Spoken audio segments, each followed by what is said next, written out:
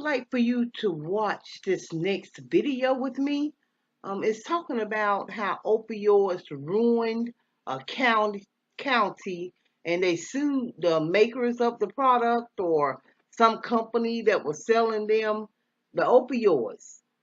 And we're just going to see how these opioids are rendering these counties helpless. More people are dying from prescription pills than they are from motor vehicle accidents.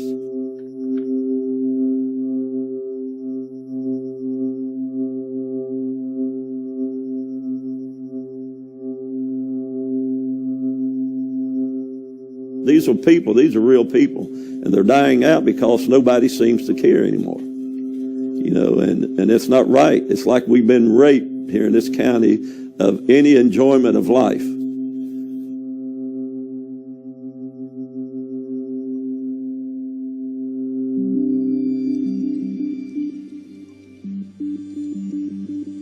We're considered the poorest county in the state, and even on national level, we're listed as a third world country here. It's pitiful what's happened to this county over the years, and our county looks like a ghost town, really.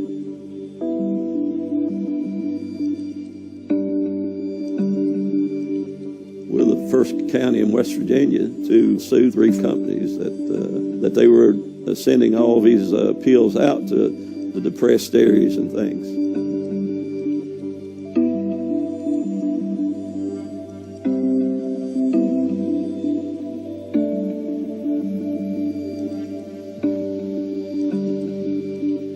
We think that they're these tatted up guys walking around the streets, pants hanging down, never held a job, or just lying around in an alley shooting up heroin, and that's not the case. You know, these are kids who are in a mechanical engineering program at WVU, or healthcare professionals, or lawyers, and that's kind of what my program does, is educating the public just about this very question which you asked me. Is like, what do these people look like? You know, they could look like you, they could look like me, they could be employed doing something very similar to what you do.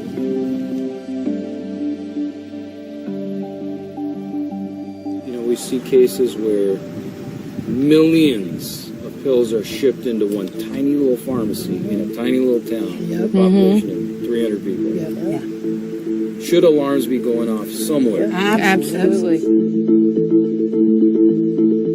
Probably 9 out of 10 cases that we're involved with is drug related.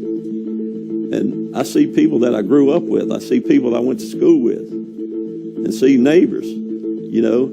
And these are good people through surgeries, and they've got addicted to drugs, and it's taken over their life. And because drugs are so easily available on the streets, and down through the pharmaceutical companies flooding West Virginia and flooding our county here of McDowell, and then people just turn to drugs.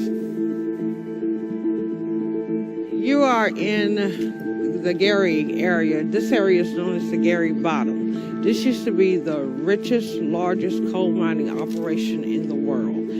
There are pill houses all around here. I've been there, so I know how it feels to want that next fix, that next high, that next feeling of trying to feel normal. Leslie was standing on the street corner every day, begging for money. Every day. That was her job. You would come down the street and you would see her chasing cars. Give me a quarter. There's no jobs. There's no hope. And see, when you live in a world with no hope, you'll do anything to try to bring hope into your life. And I think they have used drugs as a formal way of coping with what used to be. I no longer wanted to feel. I didn't want to feel the pain, the mental issues that I was going through. It seemed to cover it up, to take it away, that I didn't have to think about it. And all too many times have we sold them to pay electric bills, to get food, to do things that we need to do. They were there, why sit and be hungry? And it just doesn't take from the poor side of walk of life. It takes from all of us. I practiced emergency medicine here at Grant Memorial Hospital for many years.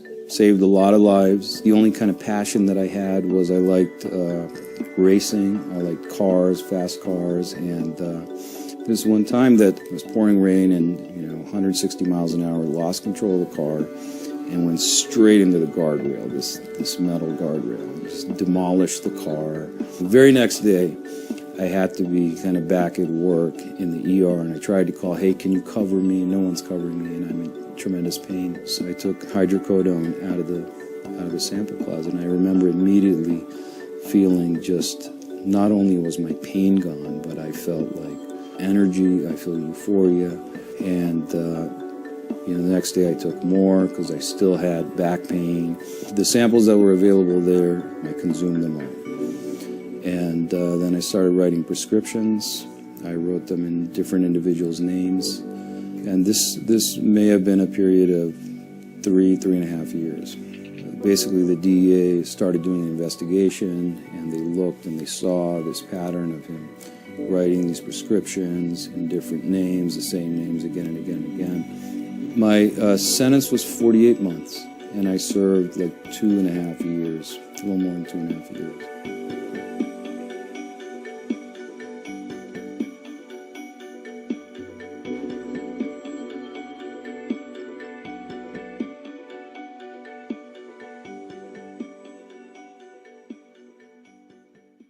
My mother's a prescription junkie, and because she has a doctor that screams, every time she screams of pain, they write her a prescription.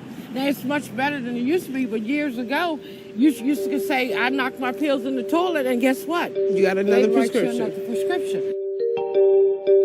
I called the Attorney General's office and asked them what could be done, that we're being targeted because of our economic situation that we're in.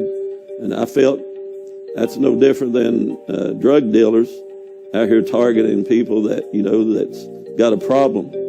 All they're looking for is the money.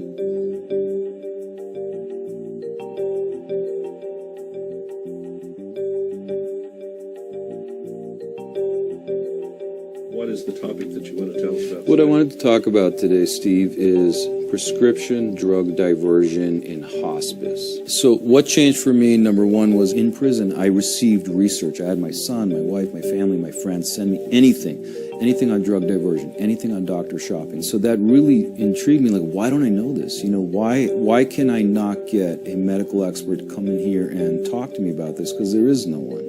And I wanted to be that medical expert, and so that I took that on as my life's mission. The economics is what drives this.